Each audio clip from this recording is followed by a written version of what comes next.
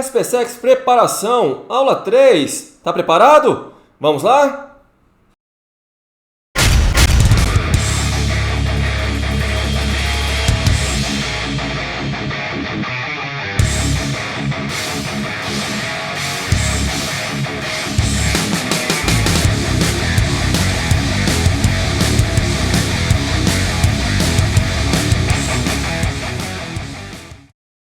Bom, dando continuidade aí às nossas aulas, nós vamos agora para um movimento variado e também para um movimento uniformemente variado. Vamos estudar as equações horárias do MOVE, vamos estudar a equação Torricelli e também estudar os gráficos desse movimento, bem como suas propriedades. Então vamos lá? Bom, vamos lá, vamos começar o nosso estudo do movimento variado. Movimento variado, então, é aquele cuja velocidade varia no decorrer do tempo. Isso porque esse movimento ele é animado de aceleração. Mas o que é aceleração? Vamos definir o que vem a ser a aceleração escalar média. Definimos a aceleração escalar média como sendo a taxa de variação da velocidade no intervalo de tempo, ou seja, ΔV sobre ΔT. No Sistema Internacional de Unidades, a velocidade média, então, é dada em metros por segundo ao quadrado. Tá certo? Bom, podemos falar também numa aceleração escalar instantânea. Olha, a definição de aceleração escalar instantânea é bem semelhante àquela que nós fizemos para a velocidade escalar instantânea. Tá certo? É o limite de ΔV sobre ΔT quando ΔT tende a zero. Tá? E a ideia é semelhante àquela que nós fizemos para falar da velocidade instantânea. Ok? Bom, por que nós falamos sobre isso? Porque para estudar o movimento uniformemente variado, ou seja, o MOVE, nós temos que a aceleração instantânea para esse tipo de movimento é exatamente igual à aceleração média e é constante, ou seja, a aceleração então é ΔV sobre ΔT, aceleração instantânea, tá certo? Com isso, nós podemos escrever a função horária da velocidade, tá? Tal como nós fizemos lá no movimento uniforme, olha, vamos fazer aqui para o movimento uniformemente variado, mas no caso aí da velocidade, então vamos encontrar a função horária sendo dada por V igual a V0 mais a aceleração vezes o intervalo de tempo. Tá certo? Além da função horária da velocidade, nós também temos a função horária do espaço. S igual a S0 mais V0 vezes T mais A vezes T ao quadrado sobre 2. Para encontrar a função horária do espaço, nós temos que pegar o gráfico da velocidade em função do tempo. E aí, por meio da área, nós encontramos essa equação, tá? Bom, eu vou comentar a respeito disso mais para frente, mas não vou entrar em muitos detalhes, certo? Você pode até encontrar a demonstração dessa função horária do espaço, mas não tem complicação, tá? Bom, agora se você pegar a função horária da velocidade, isolar o instante t e substituir na função horária do espaço, você vai encontrar aquela equação tão conhecida, né? Equação de Torricelli, tá certo? Que relaciona a velocidade final, velocidade inicial, aceleração e o ΔS percorrido pelo móvel, tá? Aqui não envolve o tempo. Essa equação até em muitos casos se mostra bastante útil, tá? Para a resolução de vários exercícios, ok? Gráficos do MOVE. Então, vamos pegar aqui uma tabela contendo aí todos os gráficos das funções, tá certo? E vamos analisar aqui alguns gráficos. Olha só, na primeira linha, nós temos aqui a função horária do espaço que nós comentamos anteriormente. S igual a S0 mais V0 vezes T mais AT ao quadrado sobre 2. É uma função horária do espaço, uma função de segundo grau, tá certo? Se a aceleração ela é positiva, então a parábola vai ter a concavidade voltada para cima. Se a aceleração é negativa, a parábola vai ter a concavidade voltada para baixo. Tá certo? Dizer que a aceleração é positiva e o movimento é acelerado não é bem verdade, tá? Nós temos que tomar um certo cuidado com isso. Tá certo? Bom, observe aqui que a parábola é uma figura simétrica. Então, vou pegar e dividir essa parábola ao meio, tá? Bom, a parábola sempre vai cortar o eixo S no espaço inicial, ou seja, no S0. Tá certo? E o vértice da parábola indica que o móvel parou, portanto, sua velocidade instantânea nesse ponto aqui, nesse instante, tem que ser igual a zero, porque ele vai inverter o sentido de movimento. Repare que a primeira metade aqui, olha, o ΔS é negativo. Então, isso aqui, olha, representa um movimento retrógrado, tá? e retardado. Repare que ele tinha velocidade e a velocidade ficou igual a zero aqui nesse instante, tá certo? Então ele diminuiu a velocidade. Ao passo que na segunda metade aqui, olha, o ΔS começa a crescer, né? O ΔS é positivo, o espaço começa a crescer, então o movimento é progressivo e também, olha, a velocidade aumenta, tá? Que ela estava zero, então agora volta a aumentar. Isso significa então que o movimento ele é acelerado. Tá certo? Já nesse outro gráfico aqui, onde a aceleração é negativa, você vai observar que na primeira metade o ΔS é positivo, ou seja, o espaço cresce. Isso significa então que o movimento ele é progressivo. A velocidade vai ser igual a zero exatamente aqui no vértice, portanto, o movimento ele é retardado. Tá certo? Ao passo que na outra metade, olha, o ΔS é negativo, portanto o movimento é retrógrado e a velocidade começa a aumentar em módulo, tá certo? Uma vez que ela vai se tornar negativa, tá? O ΔS aqui é negativo, tá certo? Mas o movimento ele é acelerado, tá certo? Bom, uma boa maneira de você descobrir se o movimento ele é acelerado ou se ele é retardado, basta você pegar a velocidade instantânea e multiplicar pela aceleração. Se isso der um resultado positivo, significa que velocidade e aceleração têm o mesmo sinal, portanto o movimento ele vai ser acelerado. Como é o caso aqui, olha, aqui a velocidade vai ser negativa, tá certo? Nessa outra metade aqui, tá? Que é, se você comparar com o gráfico aqui de baixo da velocidade, tá vendo? A velocidade vai ser negativa, tá? Então o movimento vai ser acelerado porque a aceleração é negativa e a velocidade também é negativa. Tá certo? Agora, se você pegar a velocidade instantânea e multiplicar pela aceleração, se isso der um resultado negativo, isso indica que velocidade e aceleração têm sinais distintos. Um vai ser positivo e o outro vai ser negativo, portanto, o movimento ele é retardado, tá certo? Então o movimento é acelerado sempre quando velocidade e aceleração tiverem o mesmo sinal. E o movimento vai ser retardado quando velocidade e aceleração tiverem sinais distintos, tá? Analisando então aqui, olha, a função horária da velocidade e os seus respectivos gráficos. Aqui eu tenho a aceleração positiva, portanto, a função aqui é crescente, tá? Isso indica então que a aceleração é positiva, como eu falei, tá certo? O ponto onde a reta toca o eixo V é exatamente a velocidade inicial e o ponto onde ela toca o eixo dos tempos é exatamente o ponto onde a velocidade é zero, que ele vai parar para inverter o sentido do movimento. Repare que nessa primeira metade aqui, olha, o movimento ele é retrógrado, tá? Porque a velocidade é negativa. Ele é retrógrado. Compare com aqui de cima, olha, ΔS é negativo. A velocidade aqui é negativa, tá? Ele zera a velocidade e aí a velocidade volta a crescer. Isso significa então que aqui o movimento ele vai ser acelerado e como a velocidade é positiva, vai ser progressivo. Já aqui, olha, nesse outro gráfico, onde a aceleração é negativa, então a função é decrescente, tá certo? Na primeira metade, olha, a velocidade é positiva, então o movimento é progressivo, tá? Porém retardado, porque aqui a aceleração é negativa e a velocidade é positiva, tá certo? Até porque a velocidade vai ser igual a zero nesse ponto.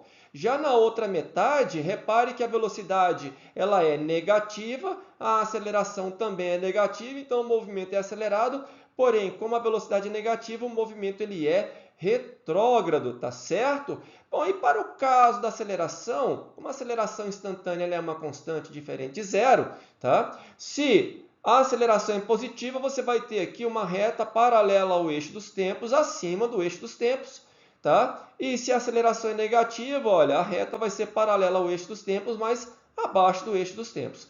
Tá certo? Bom, basicamente é isso que você vai encontrar em termos de gráficos para o Move, ok? Bom, propriedades. Vamos começar aí com o gráfico da velocidade em função do tempo, ok? Lembrando que a reta, né? A reta vai cortar o eixo da velocidade na velocidade inicial, tá? Pegando o ângulo de inclinação, esse ângulo alfa aqui, olha, que é o ângulo formado entre a reta horizontal, que é paralela ao eixo dos tempos, e a função aqui, propriamente dita, esse ângulo, né, a tangente dele vai medir a aceleração. Portanto, a aceleração vai ser medida pela tangente desse ângulo alfa. Tá certo? Até porque, se você for observar aqui, você vai pegar o cateto oposto, que é ΔV, sobre o cateto adjacente, que é ΔT. Isso aí vai ser a aceleração do movimento, ok? Bom, continuando aqui com o gráfico da velocidade em função do tempo, olha só. Se você pegar aqui dois instantes, T1 e T2, tá? Delimitar essa figura aqui, olha, pela função da nossa equação horária, pelo eixo dos tempos. E pelos dois instantes, a área vai dar a medida do ΔS percorrido pelo móvel. E como eu comentei anteriormente, você pode muito bem calcular essa área aqui, olha, a área de um trapézio, tá? Base maior mais base menor, vezes a altura dividido por 2, e você vai encontrar a função horária, tá certo? Do espaço, que você vai encontrar o ΔS, tá certo? Tranquilo, não tem segredo, tá? Você pode até desenvolver essa demonstração que você vai ver que não tem dificuldade, ok? Continuando aí com o estudo das propriedades dos gráficos, vamos agora para o gráfico da função horária do espaço, tá certo? Então aí, olha, no plano cartesiano S versus T, você já sabe que vai ser uma parábola, ok? Bom, repare o seguinte, se você pegar a reta tangente no determinado instante T, a inclinação da reta tangente, esse ângulo alfa, por meio de sua tangente, vai medir a velocidade instantânea, tá? Vocês devem estar lembrados que lá no gráfico da função horária, lá no movimento uniforme, a tangente te dava a velocidade instantânea. Claro que lá a função, né, te dava aí a velocidade constante, tá? Porque o movimento é uniforme. Aqui é claro que em cada ponto você vai ter um ângulo de inclinação, consequentemente um valor diferente de tangente e, claro, uma velocidade instantânea diferente. Repare que se você pegar exatamente aqui no vértice da parábola, essa reta tangente ela vai ser paralela ao eixo dos tempos. Ou seja, o ângulo é zero. O ângulo entre essa reta tangente aqui, olha, no vértice da parábola e o eixo dos tempos, é um ângulo zero, nulo. Mostrando aqui exatamente que a velocidade instantânea nesse ponto é nula, zero, pois aqui ele vai ter que parar para inverter o sentido de movimento. Nesse nosso exemplo aqui, olha, movimento retrógrado para, aí volta a ser um movimento progressivo. Tá certo? Tranquilo, né? Bom, e no caso da aceleração? Novamente, né, se você pegar aqui o gráfico da aceleração no plano cartesiano S, A versus T, a área aqui delimitada pelos dois instantes T1 e T2, pelo eixo dos tempos e pela própria função, pelo próprio gráfico, vai te dar aí, olha, a medida da variação da velocidade, ΔV. Tá certo? Tem segredo, é bem tranquilo aí de você observar essas propriedades dos gráficos do Move. Serão bastante úteis para a resolução de problemas. Vamos então para a resolução dos exercícios do nosso material? Página 33, a questão de número 6. Observe o gráfico que foi colocado nessa questão, tá certo? Ele quer saber aí, desses três automóveis, qual deles que vai passar aí pelo sinal vermelho, não é isso? Então vamos lá. Vamos ter que descobrir qual é o ΔS percorrido pelos três automóveis, tá? E vamos pegar isso exatamente a partir dos gráficos, tá certo? Então vamos lá, pegando aí do automóvel 1, calcular o ΔS. Já está lembrado aí, vamos utilizar a propriedade, né? O gráfico da velocidade versus o tempo, então a área vai me dar o ΔS. Então o ΔS percorrido pelo primeiro automóvel, olha, só pegar aí a figura delimitada que você está enxergando. Então vai estar a base vezes a altura dividido por 2, 120 metros, é o ΔS percorrido pelo primeiro automóvel. O ΔS percorrido pelo segundo automóvel, tá? Não vai ser diferente também, pegar a área delimitada aí na figura, no gráfico de V versus T, tá? Também, base vezes a altura dividido por 2, você vai ter 150 metros. Tá certo? Bom, e para o terceiro automóvel, olha, a mesma história. Você vai encontrar 240 metros. Então, olha, de acordo com o enunciado do nosso exercício, os carros 2 e 3, eles atravessarão aí o sinal vermelho de acordo com o que foi colocado no enunciado. Tá certo? Vamos para a próxima questão. Questão de número 7. Então vamos lá também, observe o gráfico que ele fornece aí na questão e o enunciado, tá certo? Então vamos lá, na primeira afirmativa é falso, tá certo? Isso porque o automóvel na motocicleta, o movimento é uniforme, tá? Velocidade constante, ok? Já a segunda afirmativa é verdadeiro. Isso porque, olha, o ΔS percorrido pelo carro é de 60 km e o ΔS percorrido pela moto 120 km. Então, correto aí o item 2. O item 3 também é verdadeiro, tá certo? Pois a aceleração aí, olha, se você está lembrado das propriedades que eu acabei de falar, vai ser dada aí pela tangente do ângulo de inclinação, que de fato vai ser 30 km por hora ao quadrado, tá certo? Bom, e de acordo com o item 2, claro que o item 4 vai ser falso, tá? Porque se eles partem da mesma posição, colocar a origem dos espaços, um espaço igual a zero, não estarão na mesma posição nesse instante, ok? Então, tranquilo aí. A alternativa correta, então, que você deve marcar, letra D, tá certo? Tranquilo essa questão, hein? Próxima página, página 34, questão de número 8. Vamos lá? Bom, nessa situação aí, o motorista, então, ele acelera e vai percorrer aí um ΔS que vai ser igual a 36 metros. Isso porque ele parte do repouso. Estamos considerando, então, ele partindo do espaço igual a zero, tá certo? O espaço inicial dele, então, vai ser igual a zero, partindo do repouso. Ele percorre aí, então, 36 metros nesse instante aí, nesse intervalo de tempo, bem dizendo, tá? Bom, nesse caso aí, ele vai ter uma velocidade instantânea que vai ser igual a 12 metros por segundo, tá? Gravem esse resultado aí, hein? Nós vamos utilizar eles posteriormente.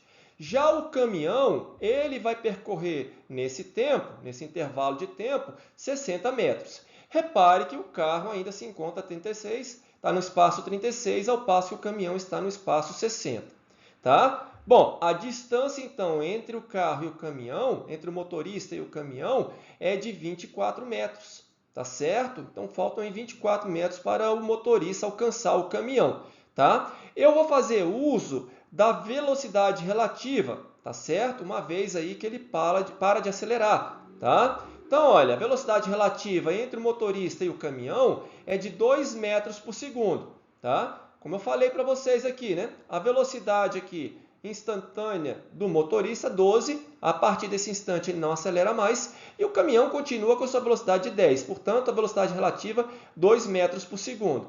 Tá certo? Eu vou encontrar então, olha, qual é o intervalo de tempo para que o carro, o motorista, percorra esses 24 metros com essa velocidade relativa.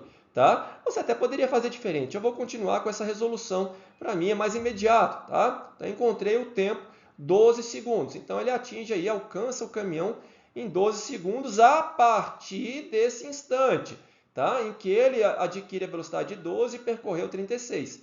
Tá certo? Fora os 6 segundos anteriores, então ele percorre no total 180 metros, porque é a mesma distância, é o mesmo ΔS percorrido pelo caminhão. Tá certo? Então, olha, utilizei aqui a questão da velocidade relativa que nós vimos aí na aula passada, tá certo? Então, olha, mais uma ferramenta que você pode utilizar para encontrar aí a resolução da questão. Página 34, questão de número 9. Então, vamos lá, eu vou fazer esse exercício de duas formas. Vou pegar dois caminhos, tá? O primeiro caminho, então vamos lá. De acordo com a questão, ele percorre aí um ΔS, tá certo? Segundo um intervalo de tempo, tá? Partindo, então, do repouso, eu vou encontrar, então, que a aceleração desse movimento vai ser dada pela razão aí, ó, 1.200 dividido por 225 metros por segundo ao quadrado. Uma vez de posse da aceleração, eu encontro a velocidade final dele. Também, novamente, partindo do repouso, eu vou encontrar a velocidade de 80 metros por segundo. Tá? Essa é uma forma de você encontrar. A outra forma, que eu acho até um pouquinho mais imediata, é recorrer à questão da velocidade média. Vamos lá? Então vamos para o segundo caminho. Olha só, a velocidade escalar média é definida como sendo ΔS sobre ΔT. Isso para qualquer movimento. Mas para o move, funciona eu pegar a média das velocidades. Tá certo? Vai funcionar perfeitamente. Se você tiver lembrado do gráfico da velocidade no move, tá? Versus tempo, que é uma função linear, aquilo nada mais é do que uma PA, uma progressão aritmética. E a média, eu posso usar a média aritmética sem problema nenhum. Também você pode encontrar essa relação aqui a partir do gráfico. É só pegar a área, tá certo? ΔS sobre ΔT, você vai pegar a área, tá? Porque a altura daquele nosso trapézio é o ΔT, tá? E quando você passa aqui dividindo, olha só, você vai ter exatamente base maior mais base menor, vezes a altura, dividido por 2, passa a altura para cá, ó, dividindo, você vai encontrar a velocidade média, tá certo? Então funciona perfeitamente, tá? Como ele parte do repouso e eu tenho a distância ΔS percorrida aí pela aeronave no intervalo de tempo de 15 segundos, eu vou encontrar que a velocidade final vai ser de 80 metros por segundo. Tá certo? E para achar a aceleração, olha, ΔV sobre ΔT. ΔV, ele partiu do repouso e chegou nessa velocidade final, 80 em 15 segundos. Isso vai me dar aproximadamente 5,3 metros por segundo ao quadrado, que é o mesmo resultado que nós havíamos encontrado anteriormente. Eu só não dividi, tá? Deixei em fração, mas é o mesmo resultado. Tá certo? Então, tranquilo aí, uma questão que você pode utilizar aqui dois caminhos, sendo que esse aqui, olha, eu acho mais imediato. Você encontra utilizando aqui o artifício de que somente, repito, somente para o MOVE você pode usar a média das velocidades. Tá certo? A média aritmética. V1 mais V2 dividido por 2. Ou V final mais V inicial dividido por 2. Tá certo? Continuando então com a nossa resolução, página 35, a questão de número 10. Espero que você tenha lido o enunciado, tá? E interpretado direitinho o que ele quer aí nessa questão. Então vamos lá? Olha só, de acordo com o enunciado, então, olha, no primeiro movimento ele percorre 55 metros, ok? E no intervalo de tempo de 2 segundos, tá? Então, tá aí, olha, vou montar a equação horária do espaço. Então, 55 igual a V0 vezes o tempo, o instante t, tá? 2, ok? E vou encontrar a equação final, olha, sendo dada aqui por 55 mais 2V0 mais 2A, tá ok? Lembrando que o movimento aí é um movimento uniformemente variado, a aceleração é constante, tá? De acordo com o enunciado, ele percorre mais essa distância aqui, olha, de 77 metros, nos 2 próximos segundos.